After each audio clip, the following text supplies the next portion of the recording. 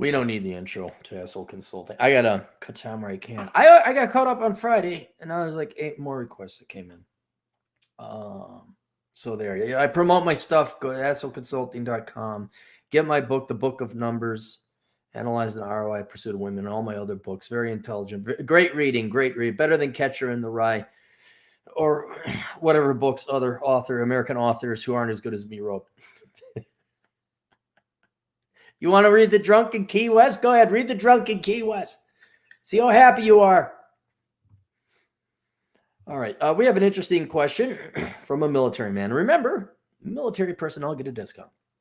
I have no issues due to being a 33-year-old Army National Guard captain 10 years in and an auditor at a place. I accepted your premise long ago that all work sucks, get paid well enough without being too responsible. No management desires here. Look at you, all smart and everything. You've been working there for a while. Both the wife and I do not want kids, and we both like a particular dance that I like. I won't mention because you're so that's unique. I don't want to identify you anymore. So yeah, I really can't complain. Anyway, I just finished Enjoy the Decline. Was wondering if the sequel is on the way, given the time gap and the events that have occurred since the original masterpiece. I loved Enjoy the Decline. Unfortunately, it came out after I majored in business management, aka stupid fucking shit. I intend to read or listen to all your books. Great knowledge and funny video response. Please, thank you for your time. So let me go and click on there. And thus I spake to the captain. Thus the fake captain spoke to the real one. Hi. Well, shoot, if your question is merely if there's a sequel on the way, I could tell you for free, given your military service, that there is no sequel. Unless you were asking me why there was no sequel, if I were to write one, what I would have added, that might make a video, but no, I do not plan on writing a sequel. You're correct. I believe the better question is, how would Enjoy the Decline differ if it was written now versus 2013? Also, has the decline occurred in a faster, slower rate than you thought when writing Enjoy the Decline, given the horrible culture of the USA? No, and for one reason only, although it still continued to decline, and I'm not a fan because he still made money printer go burr. But Trump winning the 2016 election, that was like, what? I mean, that bought us time in a certain sense, but he, from a fiscal perspective, he just made the money printer go burr again. He really didn't do anything. So he maybe slowed down the decline. Heck, I think the Republicans in Congress probably would have fought a little harder if Hillary was president. So that was a curveball I wasn't expecting. So the United States did not decline as fast as I thought it would. But once Corona Chan hit, whatever good and genuine economic progress that occurred under the Trump administration, won't say it was solely his responsibility. It's the American people's responsibility. When they make their own damn economy grow. What was I saying?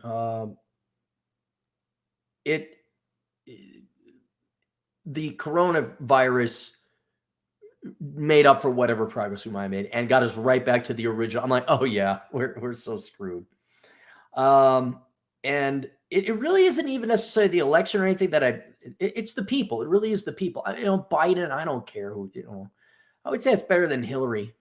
But okay, an old establishment Democrat got elected as president. Oh, well, what else is new? That's not what I really witnessed in the decline. What I've seen in the decline is I've talked about this in another video, the drastic decay and degradation of the cellular unit of the United States, and that is your average human. The Gen Zers have come online and aged a little bit from high school kids. Now they're in college, recent college graduates. I'm looking at them. They're no different than millennials. Everyone is absolutely obsessed about traits they were born with and not what they've done in their lives. To a cultish level, younger people are absolutely obsessed about politics, specifically socialism, because they have nothing else in their lives. And I cannot emphasize this enough. They are too stupid to think for themselves. They've been held up to so little standards. that you have never. People are worried about an AI revolution. Oh no, the robots are going to take our jobs. Like, why would you have robots when you got Gen Zers and millennials? They'll do whatever you tell you. They won't question it. Looking at the average young person's inability to support him or herself, and to violent levels with the riots and everything, burn and destroy private people's property, even their own towns, because they're upset that they might have to get jobs and they were lied to, and that, the color of your skin or your gender or your made up sexuality or just simple life, that doesn't have value. You got to produce something of value to make money. That continued at a pace I thought it would towards idiocracy. Sadly, the people in idiocracy were nice. They weren't mean. They were just dumb. The people here, because of the brainwashing and programming they received, are programmed to be jealous, envious, hateful, and they will kill and destroy you. Inevitably, maybe not this generation, but inevitably it's going to get to that point where people who have more than them, doesn't matter. They're not intellectually strong enough to question what their elders told them. And on top of the elders have brilliantly sewed in and attached people's ego and pride to their politics. So if you take away their politics, they're going to have nothing to look forward to and live. They're going to have to admit that they're pretty worthless people. So they're never going to give up on it. They just won't. I mean, you actually think about this. You actually have most young people believing that, advocating or believing in a religion that says you're entitled to free shit and to be a parasite and live off of other people, and they're proud of it. Like it's not just, well, I want people's money. I want free shit and I don't want to work. It's, I want other people's free shit and I'm proud of that. I just, like, you're mental. You're effing mental. So it kind of panned out the way I was expecting it to. Is how would Enjoy the Decline differ written now in 2013? I probably, okay, here, you really want a sequel? It kind of already exists in my book, How Not to Become a Millennial. Because the Gen Zers are so young, there's not a lot of data on them. But the millennial generation is stick a fork in them, they're done. Right? Their time in the light was done, and they decided to listen to emo music, read Sylvia Plath, tattoo themselves, and get fat and major in stupid shit. Don't worry, Gen Z is going to do it too. But if there's an update or a, like, which way are we going? And I even make the case in the book. Look, we had the world's largest sociological experiment with the millennials. We did socialism all 100% with these kids, and look at just the destruction we wreaked upon this poor generation. They are wreathing in mental pain. They are physically repulsive. They're losers. They're financially destitute. They have no hope. You destroyed their future. Do we want to do this to another future generation? So that came out this year, or no, about a year ago, less than a year ago, February of 2020. So if you want to read a sequel to Enjoy the Decline, that would be it. Yes, it's under Vince Barrick. Yes, Vince bought the rights from me. Yes, Vince edited it a little bit and published it, but you'll still get like 90% what I wrote. So I would add generational, maybe a generational chapter or a generational arc to it, and highlight, look at these metrics. I even use a metrics in How Not to Become a Millennial. At what average age did you get your driver's license? Boomers 16, Gen X 16, Millennials 21, and Gen Z, who Lord knows if they even know how to drive. So I'd add that. The money printer go burr, I'd add a lot of that, how we've just printed off more money and the costs and ramifications of that. What else would I do? I would talk about obesity, both men and women utterly destroying themselves physically from one another, and the ramifications that would have on the future production of humans. And even there, I wrote about, get the book of Numbers, Analyzing ROI in the Pursuit of Women. I talk about it there. I mean, I would talk about all these other topics. I have talked about all these other topics in other books, but if you want to enjoy the decline, I'm sorry, the number one thing for men is female youth and beauty. And man, have young women decided just to throw that down the toilet. And then I would probably have interviewed sovereign man or nomad capitalist and talked about more practical measures about establishing residency overseas. Cryptocurrency I would have added as a means to get your wealth out of the country. Things like that, you know. But man's only got so much time in the day. That's when asshole consulting was growing very quickly. I had to like change things and account for the growth. So that's what I would do. Also, as the decline occurred at a faster, slower rate, about the rate I was expecting it to. And depending how long this Corona Chan virus continues on, it may just accelerate even more. I'm real curious to see if Gen Z is ever going to unplug from the internet and kind of independently think and look at the millennials and say, well, do we want to become like them? I still have this, not hope, I have almost an expectation because it kind of already happened a little bit, not to the level I like. I have a feeling minority males are going to get awfully sick and tired of the feminist leftist bullshit. And they're not necessarily sex drive, but their masculinity is going to take over. They're going to say, fuck you, commie pieces of shit. No, I didn't oppress women today. Thank you very much. I worked, I put in a roof today. What did you do except for eat bonbons and watch a telenova? Although it would be in a Latino accent, he would do that. Black men, I think, are the furthest down the mine. And I think they're waking up. They're starting to like, what? Like, no, I don't want to wear my pants down below my crotch. No, I don't want to be living in the hood. And then anytime somebody has success in my family, I immediately become a crab in the bucket and call them white or shame them for wanting to go to school for engineer. I think there's especially an entrepreneurial class of young black men. And maybe it was social media that did it. Because you look at Donovan Sharp, although he was long old school before that, but he has a show with other black gentlemen, and they're all internet savvy. They're entrepreneurs, or at least influencers or content creators in some regard.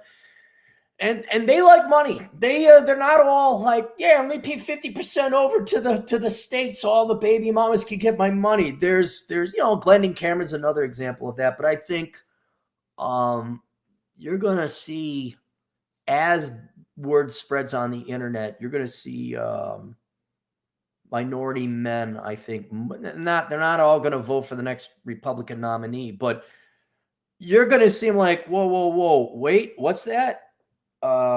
We can't have our comic books that we like we used to when we were younger. What do you mean Fat Albert is now body positive Albert? Whoa, hang on now.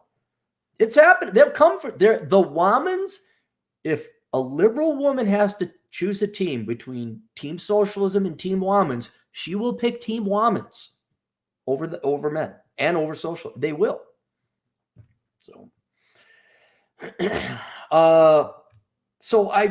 the decline is inevitably going to happen. There's no one doing it. Too high a critical mass of people are too stupid and ignorant of economics and entitled to unbrainwash them.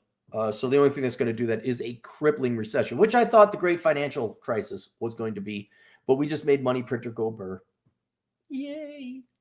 And that includes Donald Trump. All right. Hey, speaking of Latino agents in the field, Alex Patino, our truck driver extraordinaire, for $10, California, New York keep losing productive people who pay taxes, employ others instead of reversing the idiotic policies and realize that they don't work. Their solution, let's raise taxes. Yeah, Alex, look at Detroit, any major city in Ohio, Cleveland, Cincinnati, more recently, Minneapolis. You don't understand. Leftists never worked a real job, okay? Politicians of all stripes mainly, but especially leftists, they don't know how an economy works. They've never created a job in their life. And imagine you're a carpenter and all you got is a hammer. All right, that's it. That's all you know is to hit the nail, even if there's no nail to hit. And that's all these leftists know is raise taxes and give money to the poor and help out the single women or the single mothers. And that's all they know. They never, ever ask the question, maybe we should stop pampering and coddling everybody and let them build up their own strength and independence and work effort and resolve. And then they become productive. Because I got news for you. The number one thing that prompted me to production was not low taxes. It was starvation. It was hunger. It was a cold basement. But if you look up Betsy Hodges. Alex, here's a perfect example. Betsy Hodges was the mayor before the current mayor of Minneapolis. Spoiled little rich Kawantahaha from Waizaze. I had everything paid for. I had a buddy that went to school with her.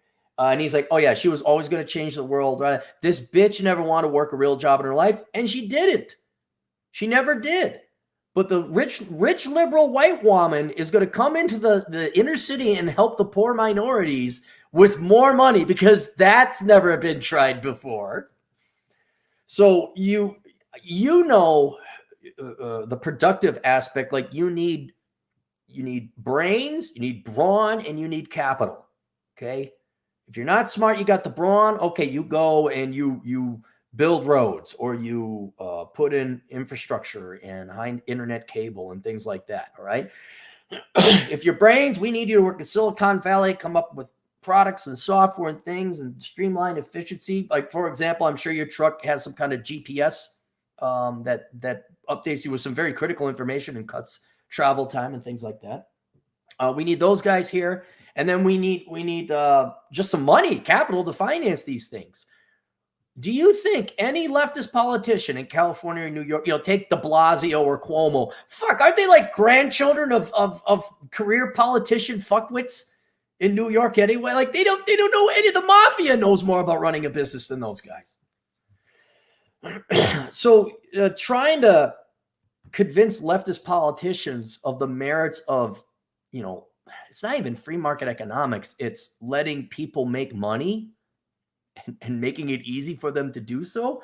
That's like going up to a fat woman and saying, hey, you're physically unattractive and the best way to get a man is to lose the weight. They don't want to hear it. They only know big is beautiful. Let's go through the super chats. Let's go through the super chats so Cappy can buy a Pizookie. They got a great place called BJ's Brewhouse. They got it's basically a chocolate chip cookie, but it's huge. It's about that big and they put 2 big scoops of ice cream. And yes, I'm going to have one. It's called a Pizookie. Although I got to go all the way up north to get that. Hang on with Beldoni. Nonstop trade, $2. Girls dating profiles. Destroy capitalism with me. Yeah. What's a date like with what if you're married to one of those girls? What's your life like? What are we gonna do today? Let's go protest. Let's go stop the Patreon. I'm like, what? God. Oh.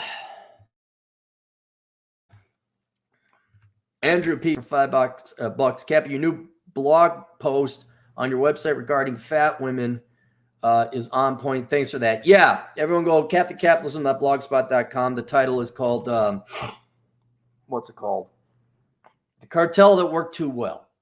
It'll be helpful for you boys, and none of my writing is helpful for women because you women don't listen to it, so I don't bother.